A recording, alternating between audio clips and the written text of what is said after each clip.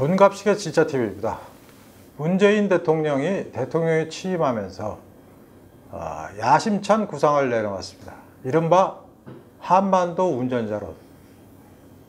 근데 2년 3개월이 지난 지금 한반도 운전자론이란 것은 이름을 꺼내기조차 창피할 정도로 전락하고 말았습니다.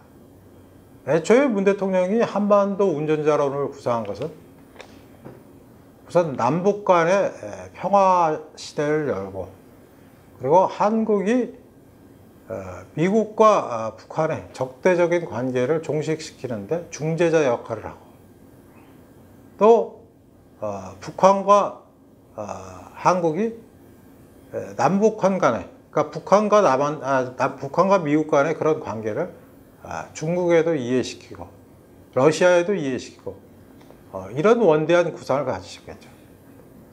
뭐 대통령이 무슨 그 노벨 평화상을 바라고 그런 생각을 했는지, 아니면 단순한 자기의 꿈이었기 때문에 그렇게 했는지는 모르겠습니다만, 그 말을 꺼낸 지 2년 3개월 만에 한반도 운전자론이란 말은 허구인 것으로 드러나고 있습니다.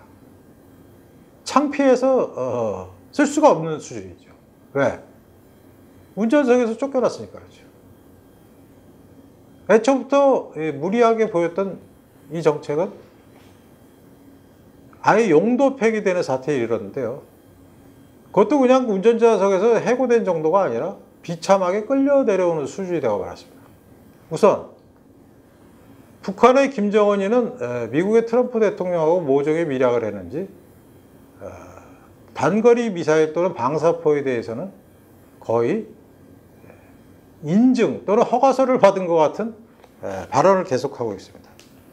청와대를 겨냥해서 온갖 조롱을 끊이지 않았는데, 오늘 청와대를 겨냥해서 겁먹은 개, 문재인 대통령은 새벽잠 자기는 글렀다 라고 조롱하기도 했습니다. 또 하나는 북한 외무성 국장이라는 자가 추가 도발을 위협하면서 정경두 같은 웃기는 것들 사거리도 못 맞히는 꼴 가관이다.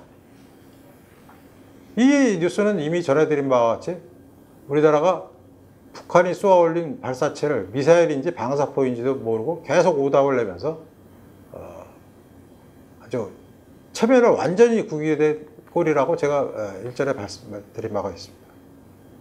김정은이는 트럼프의 내락을 또는 밀약을 받은 이상 단거리 미사일이다 방사포에 관한 어느 정도의 용인을 받아서 자기 멋대로 황해도에서 평양상공을 거쳐서 동해안으로 쏘는가 하면, 동해안 내 무슨 호도반도니 원산이 이런 데서 방사포 시험을 하고, 그 횟수도 완전히 늘어나고 있죠. 그러면 김정은의 목적은 무엇일까? 한국과 미국이 자기들의 도발을 어느 수준까지 인내할 수 있을까를 계속해서 테스트해 보겠죠. 그러면 이것을 앞장서서 막아야 될 한미일 동맹은 지금 거의 균열 상태죠. 트럼프는 김정은에 대해서 친절한 협상 상대라고 극찬을 하는가 하면, 한미 연합훈련에 대해서는 돈 쓰기 싫다. 그래서 최근에 미국 국방부 장관을 보내서 한미 연합훈련에 들어가는 비용을 한국도 좀 부담해라. 그 돈이 무려 6조 원. 뭐 거기서 우리가 6조 원을 내면 주한미군 주둔 비용에 대해서 또 얼마나 인상된 금액을 요구할지 모릅니다. 계속되는 호주머니 털기. 지금 우리가 마주하고 있는 현상이라는 것은 1953년 휴전협정 이후로, 우리가 그 한미 상호 방위 조약이 체결된 이후로 처음 보는 현상들입니다. 미국이 북한에는 도발 면제부를 주면서 한국에는 분담금을 증액하라고 압박하고, 한미동맹이라는 말은 이제 어디서 나오지도 않고 미국과 북한의 밀월 관계라는 말이 더 많이 등장하고 있습니다.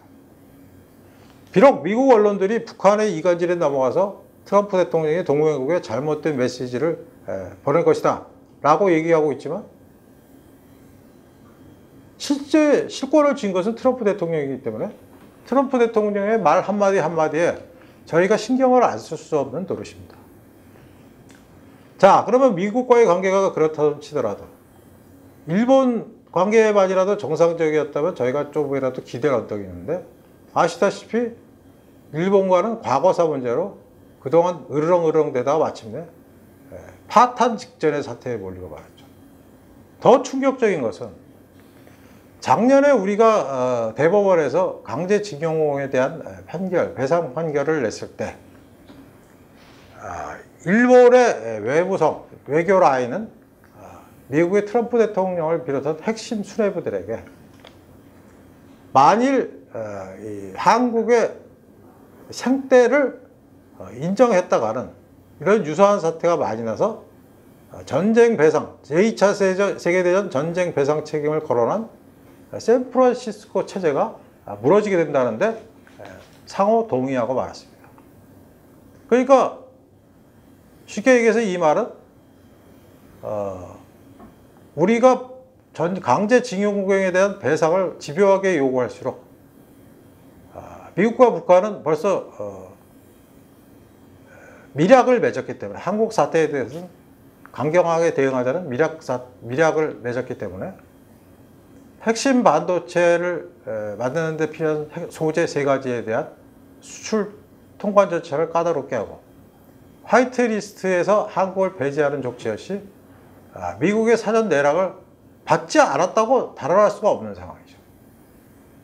그리고 중국에는 그렇게 많은 공을 들였음에도 불구하고 벌써 혼밥, 중국 가서 아침에 혼자 밥 먹을 때부터 알아봤지만 한국 자체를 마치 조선시대나 고려시대에 속국대하듯이 이런 태도로 일관하고 있습니다.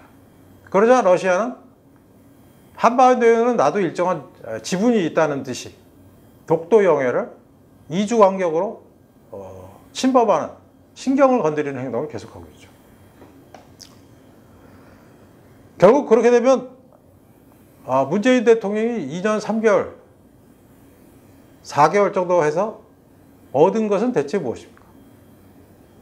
천문학적인 돈을 일자리 만든다는 데 낭비해버리고, 멀쩡한 청년들에게 취업 도전의 기회를 상실하게 월 150만 원의 돈을 줘서 순치시키고, 이런저런 명목으로 무슨 전라도 나주에 한전공대를 짓는다는 명목으로 6천억을 쓰고, 요새는 나오는 단위가 다 1000억 단위죠. 그 중에서도 다 한심하지만 제일 한심한 것은 젊은이들이 도전하는 정신인가 개척 정신을 마비시키는 정부 예산 퍼주기입니다. 월 150만 원을 아무것도 안 하는 학생들에게 퍼주고, 그 직장이라지만 그 사연 하나하나가 무슨 코미디도 그런 코미디가 있죠. 뭐 곰탕집에서 곰탕 다루는 것을 뭐 청년형 일자리라고 해서 150만 원을 도와주고, 그 업주는 뭐 한 몇십만 원만 더 주면 되는 거죠. 거의 공짜로 사람을 쓰는 거니까. 학교에 가는 학생들은 그냥 도서실에서 공부하고 월 150만 원씩 받고, 이렇게 정부 예산으로 젊은이들의 취업난을 해결한다는 발상 자체가 틀린 것인데, 그것을 또 돈으로 해결한다고 하니까 20대의 우리나라 젊은이들은 뭐 쓴맛도 보고 단맛도 보고 이래야 될 그 귀중한 경험의 시점에 완전히 무슨 그 파블로프의 개처럼 됐죠. 파블로프의 개라는 거 여러분 잘 아시잖아요. 러시아의 그 사회학자인 파블로프가 개한테 훈련을 할 때 먹이를 줄 때마다 종을 땡땡땡 울렸다죠. 그래서 나중에는 먹이를 주지 않고도 종을 땡땡땡 울리면 개들이 몰려들어서 침을 줄줄줄 흘렸다. 즉 생물체도 어떤 환경이나 조건에 적응이 되면 마치 그 마법에 걸린 것처럼 빠져드는 것 같다.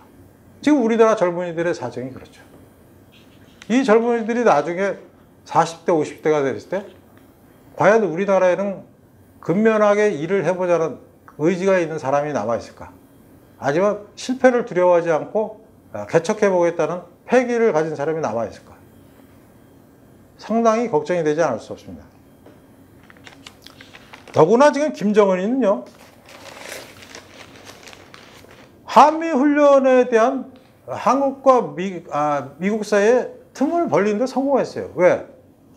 트럼프가 김정은이 훈련, 연합훈련 끝나는 대로 협상을 재개하기 희망한다는 그런 친서를 보냈다는 거 아닙니까? 그 친서 내용을 우리는 몰라요. 왜? 북한에게 이제 이른바 테스트를 다 완료당하고 테스트를 다 당해봐서 문재인 정권이 어디에 취약하고 어디에 약하고 어떤 소리를 하면 꼼짝 못하고 어떤 소리를 하면 꿈틀거리고 어떤 소리를 하면 아예 자취를 없애버리는지 속속들이 알고 있는 거죠. 그렇기 때문에 이제 미국은 북한은 미국과 한국을 완전히 아무 상관없는 사람처럼 제껴놓았기 때문에 한반도 운전자론이 중재자라는 말은 쉽게 얘기해서 바둑으로 치면 패착에 불과하다는 것이 드러나고 있죠. 누구도 문 대통령이나 한국을 운전자 또는 중재자로 생각지도 않아요. 애초부터 그런 발상을 한 자체가 틀렸지만 여기서 대해서 정확히 판단해야 될 국민들은 반일 불놀이에 역시 취해서 파블로프의 개처럼 문재인 대통령의 지지율만 갈수록 높아진다고 하니 참으로 나라의 앞날이 우려되기 그지없는 상황입니다.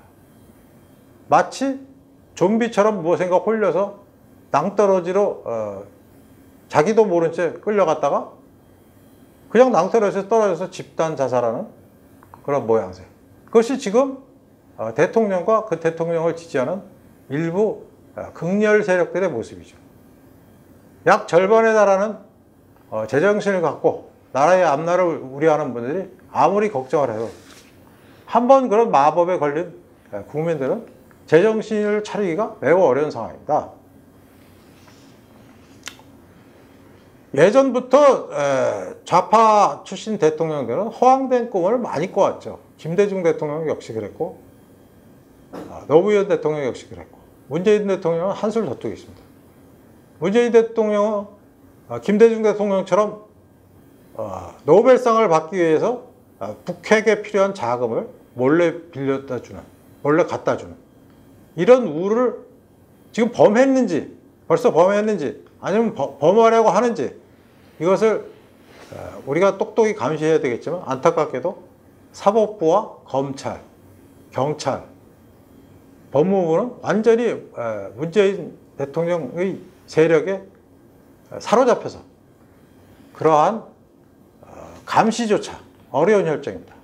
또 한 가지 우려스러운 것은 최근에 방통위원장이 새로 임명되는데 그분이 한 말이에요. 가짜 뉴스를 추방하겠다는 말은 제가 오래전부터 예고한 바처럼 자유롭게 발언하고 자유롭게 정부를 비판할 수 있는 유튜브 시장이 조만간 정부의 칼날 아래 난도질 당할 것이라는 예감이 제가 듭니다. 저는 그런 얘기를 여러 번 했어요. 그렇기 때문에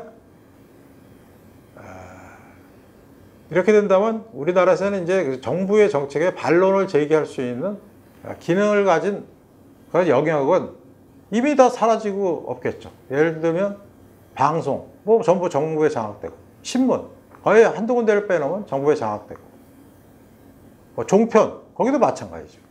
유일하게 남아있는 자유의 목소리를 낼 수 있는 자유의 목소리와 비판의 목소리를 낼 수 있는 유튜브 시장마저 그들이 호시탐탐 노린다면 우리는 진짜 가짜 뉴스를 진짜로 오인하고 진짜 뉴스를 가짜로 오인하는 그런 심각한 상황에 빠지게 될 것으로 보입니다. 제가 트럼프와 북한의 관계에 대해서 우려를 표할 때마다 미국에 계시는 분들은 이런 글들을 많이 보내오십니다. 이것은 트럼프의 트릭일 뿐이지 트럼프는 결국 중국과의 G2 싸움에서 중국을 주저앉히고 그 여파로 북한 김정은의 압력을 가해서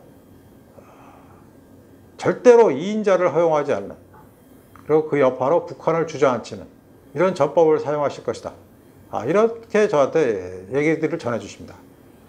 그 얘기를 들을 때마다 저는 뭐 미국의 정치나 그 내막에 대해서는 그쪽 계시는 분들보다는 제가 정보가 아무래도 어둡기 때문에 그럴 가능성도 있겠구나 라고 긍정하는 답변을 보내곤 했는데 최근에 트럼프 대통령의 말과 김정은의 말을 종합해 보면 우리나라가 거의 고립무원의 외톨이 상태로 전락한 게 아닌가 싶습니다.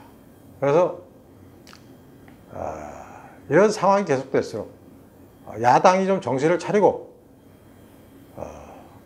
어떻게 해서든지 거기에 대항하려는 모습을 보여야 되는데, 지금 돌아가는 꼴은 그때 그 나물들이 다시 모여서 딱 친박 미박으로 나뉘어져 있잖아요. 또 모여서 이전투구 내부에서 지륵바 싸움을 하겠죠. 누가 책임있네, 누가 책임있네. 이러면서 세월이 지나가면 내년 총선 되는 거죠. 손 써볼 사이도 없이 하는 사이에 불과 8개월 앞으로 다가온 총선에서, 8개월이면 얼마입니까? 240일이죠. 총선에서 대패하는 순간 나라의 운명은 정해진 코스대로 흘러가겠죠. 그런 현실들이 오늘도 각종 언론을 통해서 전해지고 있어서 마음이 좀 우울합니다만, 여러분들께서 가능하면 정신을 바짝 차리시고, 호랑이한테 물려가도 정신만 차리면 산대잖아요.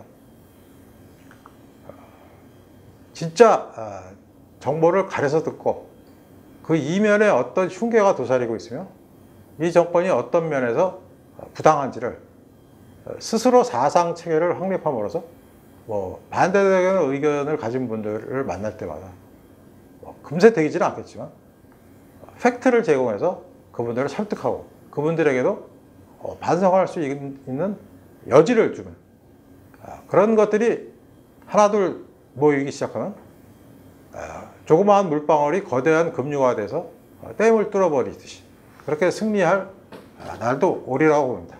오늘은 비가 오는 월요일 문갑식의 진짜 TV는 트럼프와 김정은의 짝짝꿍, 운전석에서 해고당한 문재인 대통령, 대한민국의 앞날은 어떻게 될까라는 주제로 말씀을 드렸습니다. 문갑식의 진짜 TV는 지난 주말 45,000명 구독자를 돌파해서 천천히 가지만 뚜벅뚜벅 고지를 향해서 가고 있습니다. 여러분들의 좋아요와 구독, 또 댓글, 그리고 서로 지인들끼리 퍼날리기 해주시고 유무형의 후원도 해주시다면 저와 저희 진짜 TV에 출연하는 기자들은 더욱 힘을 얻어서 여러분의 곁에서 진실을 전하기 위해 더 열심히 노력하겠습니다. 감사합니다.